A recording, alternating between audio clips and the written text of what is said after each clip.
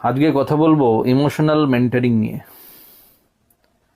অনেক ছেলে মেয়েই পড়াশোনায় পিছিয়ে পড়ে, কিন্তু অ্যাকচুয়ালি তারা ভেঙে পড়ে ভিতর থেকে। অনেকেই প্রতিদিন বই খুলে বসে, কিন্তু মনে তার ভয়, একাকিত্ব এবং অনিশ্চয়তা কাজ করে। সেই কারণে তারা পড়াশোনায় দুর্বল নয়, তারা মানসিকভাবে ক্লান্ত। একজন ভালো মেন্টর কিন্তু খালি ভালো পড়ায় তা নয়, তিনি শোনেন, তিনি বোঝেন এবং তিনি সাহস যোগান।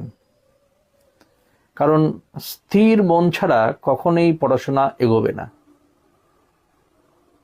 মানসিক যদি শক্তি থাকে তাহলে পড়াশোনা নিজে থেকেই এগোবে। সুতরাং শান্তভাবে প্রস্তুতি নিন।